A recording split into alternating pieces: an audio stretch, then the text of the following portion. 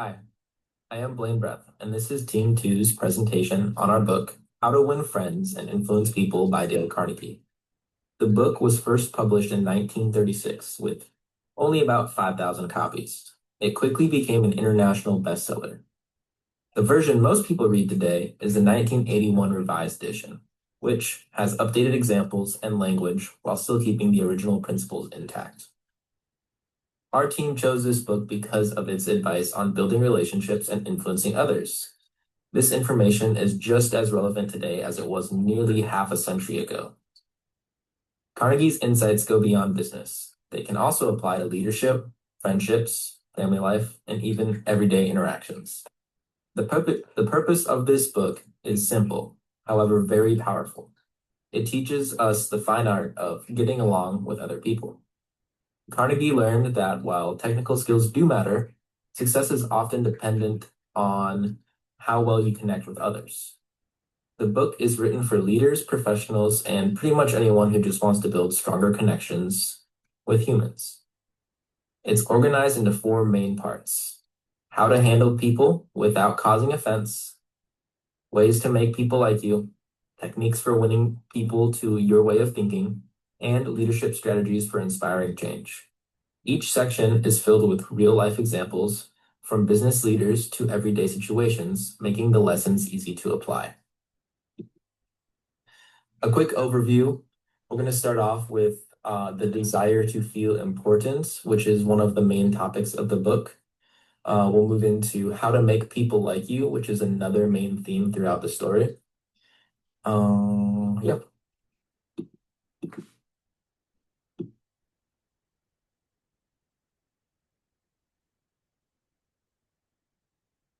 So an overview of what we're going to talk about today. We're going to start out going over the themes of the book for a little bit. Three themes that we have keyed out that we believed were important in this book is the desire to feel important, how to make people like you, and becoming genuinely interested in others. We're also going to go over application to leadership. We're going to each person on the team is going to take some time to reflect on the book. We're going to go over some strengths of the book and some weaknesses of the book, and then we have our references.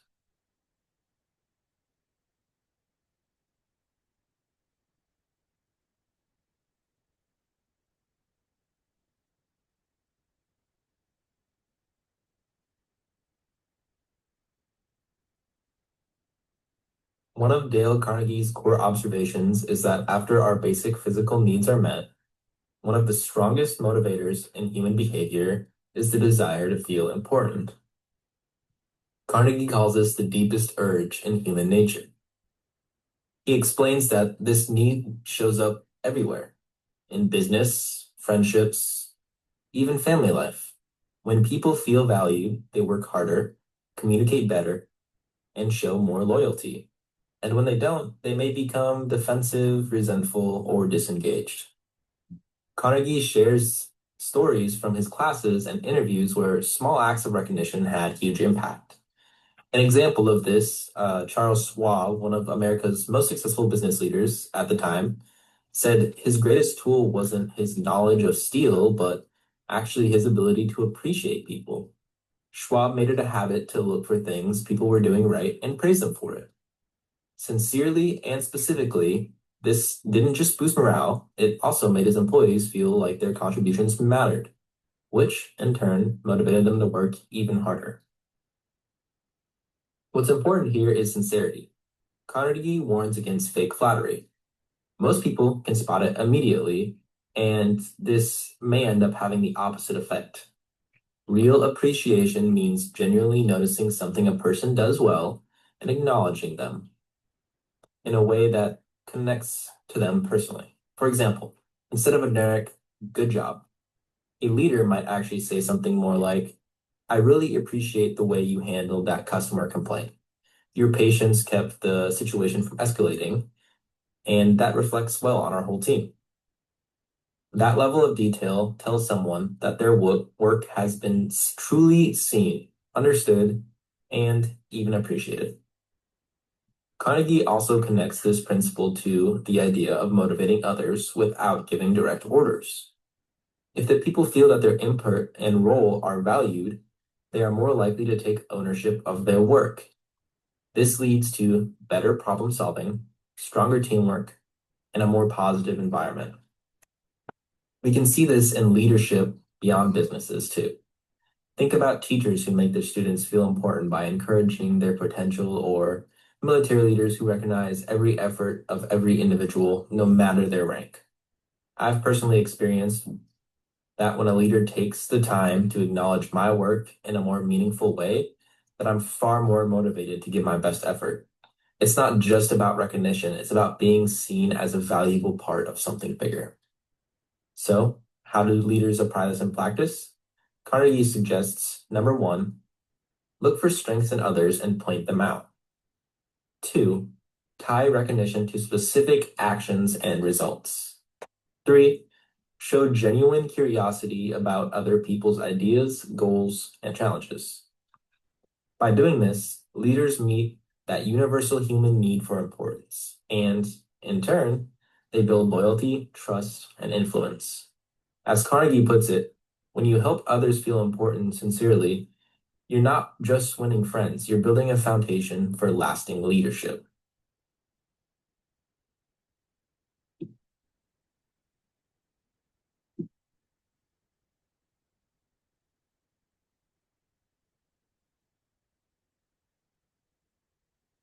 How to Make People Like You is the second part of the book where we learn about how to make people like you. Carnegie continues to give us genuinely good advice to create rapport and make others feel valued.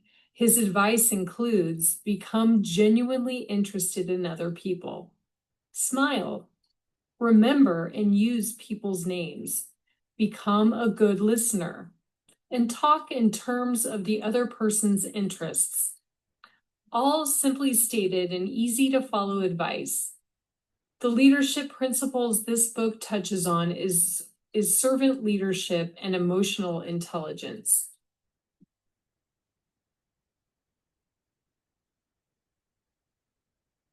Become genuinely interested in others.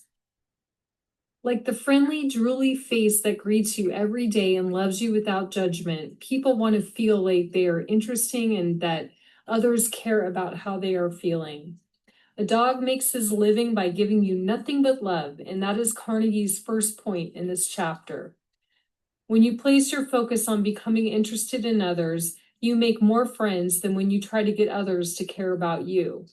Greet people with enthusiasm. Show a genuine interest in what they care about. This not only wins friends, it creates loyalty.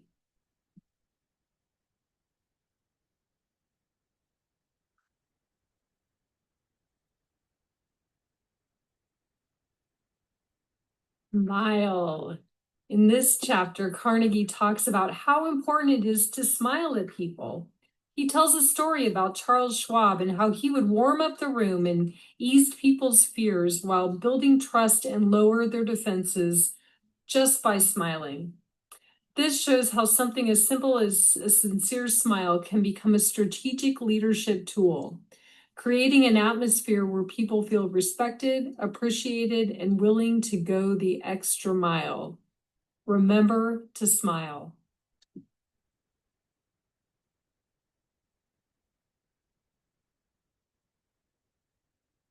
Become a good listener. This chapter stresses that people are far more interested in themselves than you. By becoming a genuinely attentive listener, you not only learn valuable information, but also make others feel respected and understood. In leadership, good listening builds trust and strengthens team dynamics because people are more willing to follow someone who listens to and values them. Good listening isn't passive. It's an active process of focusing attention, asking questions, and withholding judgment until the speaker feels fully heard, which is why listening is an important part of conflict management.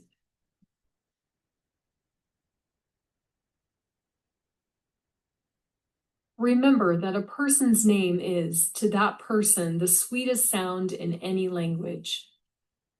In politics and business, showing interest in another's priorities builds mutual respect. Carnegie teaches that a person's name is the deep representation of their existence. Using people's names conveys a sense of respect and makes him or her feel like they matter. In leadership, recognizing individuals personally reflects care and inclusivity. And in team settings, it makes people feel a sense of familiarity and belonging.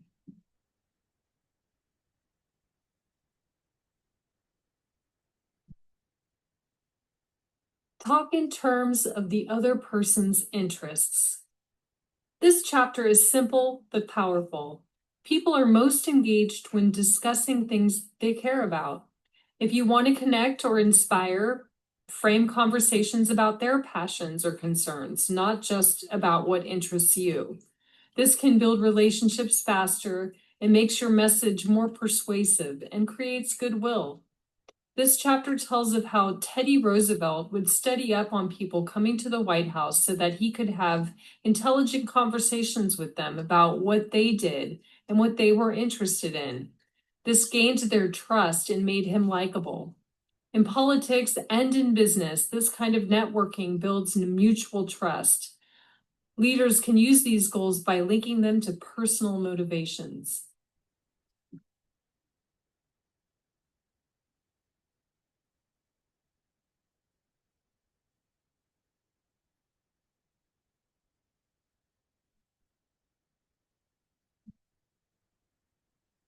Dale Carnegie's core message, empathy, respect, and positive influence, fits naturally into leadership. The leaders we remember aren't just skilled at strategy or technical work, they know how to build trust, inspire loyalty, bring people together. Carnegie emphasized that people work harder for leaders they like and respect, and research supports this. Soft skills can be just as critical as technical skills in determining leadership success. Which means leadership is as much about how we treat people as it is about the results we produce.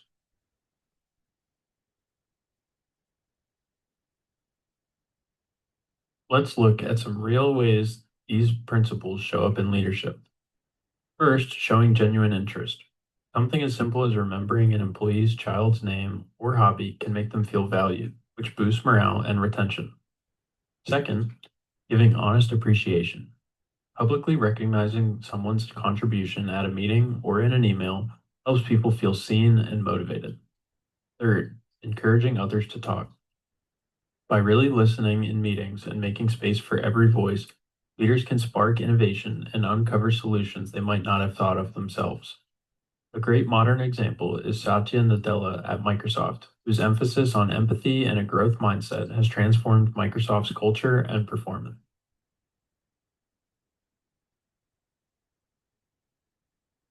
Here's how Carnegie's ideas can help with a real leadership challenge. Imagine two department heads clashing over project priorities. The leader applying Carnegie's principles would start by sincerely appreciating each person's contributions, setting a positive tone. They would then show respect for each person's viewpoint, avoiding phrases like "you are wrong," which only increase defensiveness. Finally, they'd guide the discussion in a way that allows both parties to feel the solution was their idea. The result?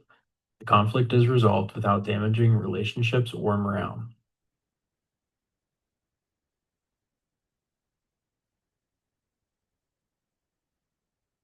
Of course, applying Carnegie's ideas isn't always straightforward.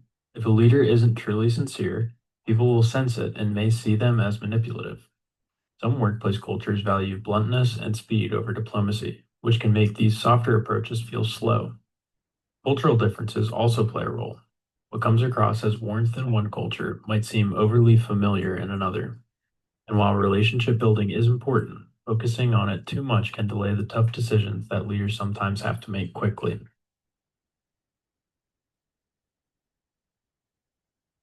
I thought Dale Carnegie's book was a simple explanation of complicated human relationships.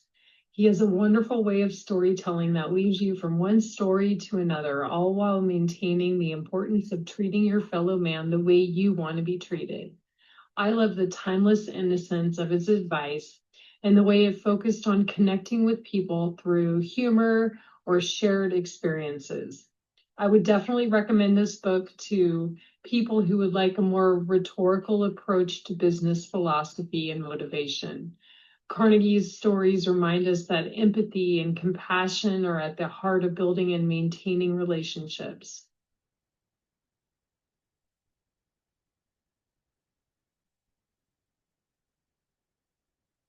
Reading Dale Carnegie's book, How to Win Friends and Influence People, helped me to realize how often small interactions can have a big impact in life. One of the principles that stood out to me the most was the desire to feel important, not because it was something new to me, but because it's something I've seen play out in my own life. In my job at the military, I've noticed that when leaders and other people in the high positions take the time to acknowledge someone's effort with just something as simple as a good job or, hey, you're doing really well with this. I appreciate the hard work. It really changes someone's attitude and performance and helps them get through the day and more motivated. What I like about Carnegie's advice is that it's practical. It's not complicated strategies. It's just about paying attention, listening, and recognizing people in an honest way. And going forward, I want to be intentional about doing this for others, whether that's in my career, when I'm with friends, or even with strangers. This book reminded me that leadership isn't just about giving orders, it's about making the people around you feel like they actually matter.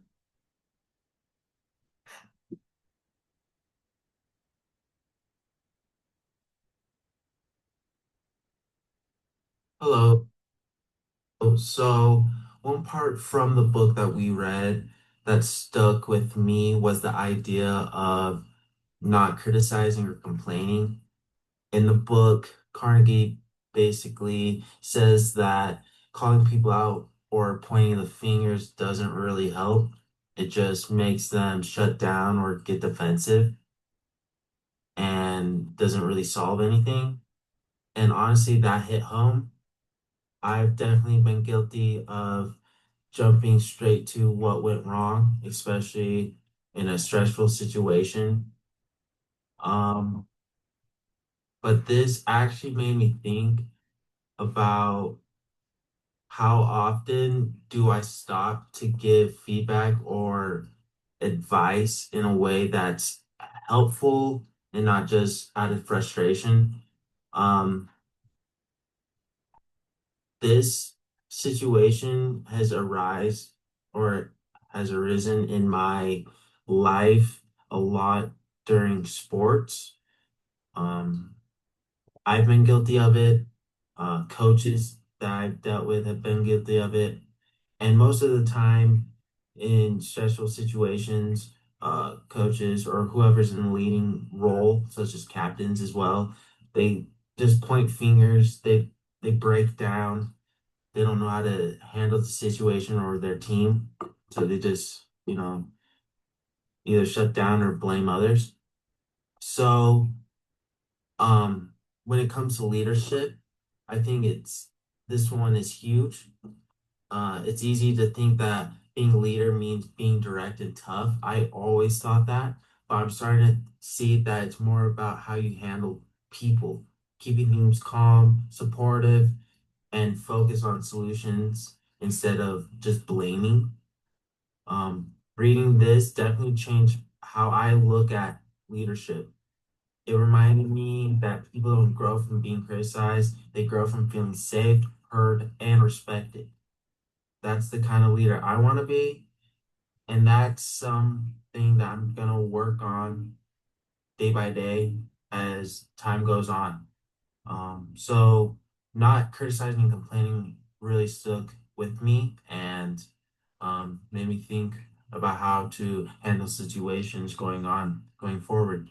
So, yeah, thanks.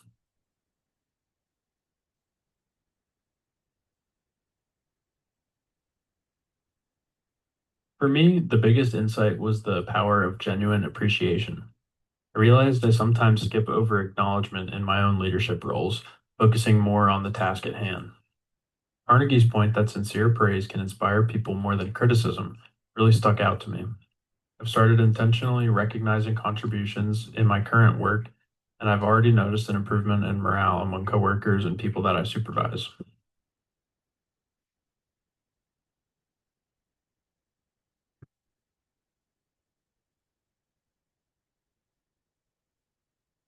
Oh, hello.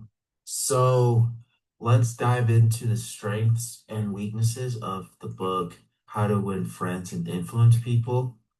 So, starting with the strengths, one of the best things about the book is how clear and practical it is. Carnegie breaks down social skills into simple, memorable principles that anyone can apply to their lives.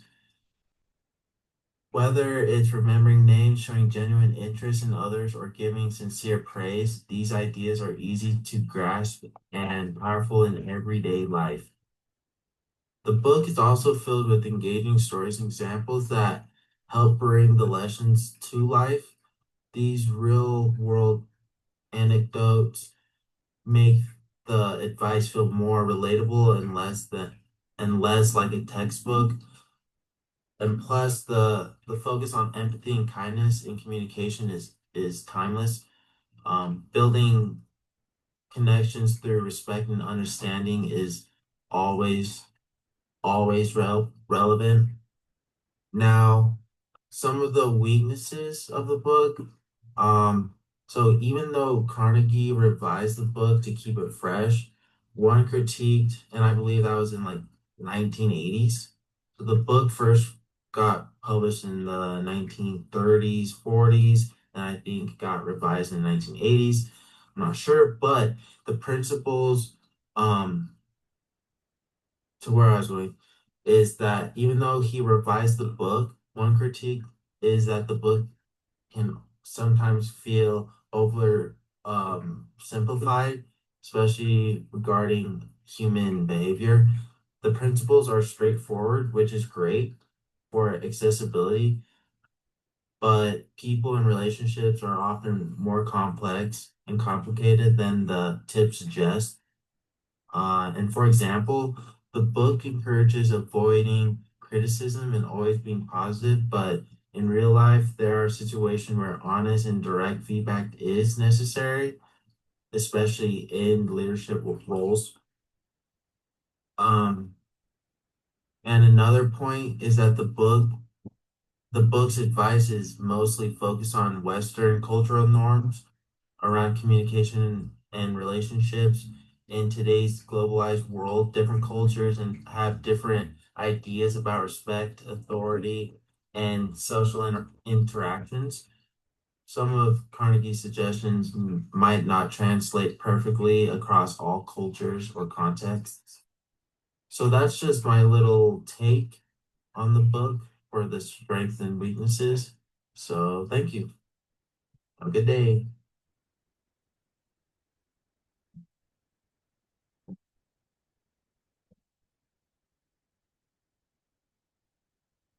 In How to Win Friends and Influence People, Dale Carnegie shares his wisdom through master storytelling and inspirational quips.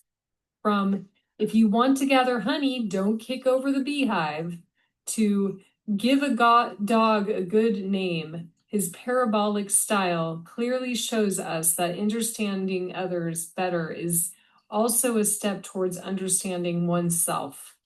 The book is woven with short stories that stress the importance of strengthening relationships and improving communication through simple yet profound means. Carnegie's core values reflect forgiveness, humility, and empathy for your fellow man while maintaining a wholesome sense of humor. You should read the book if you want an honest look at human behavior and what drives us. The suggestions throughout the book often reflect simple advice but are never lazy. Thank you for watching our book presentation, and we hope that you will read Dale Carnegie's How to Win Friends and Influence People.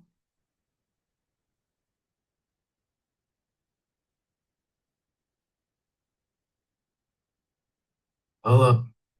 Oh, all right. To wrap things up, the book How to Win Friends and Influence People really comes down to understanding what drives human behavior. One big lesson is that people have a deep desire to feel important. And when we recognize that, we can build stronger and more respectful relationships.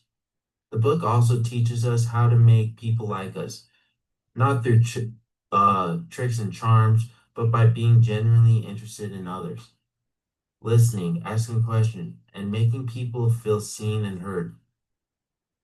I would recommend this book to anyone who works with people, whether you're leading a team, building client relationships, or just trying to communicate better in everyday life. It's simple, practical, and still relevant today. So again, thank you so much for watching our video. This is Team 2, and have a blessed day. Thank you.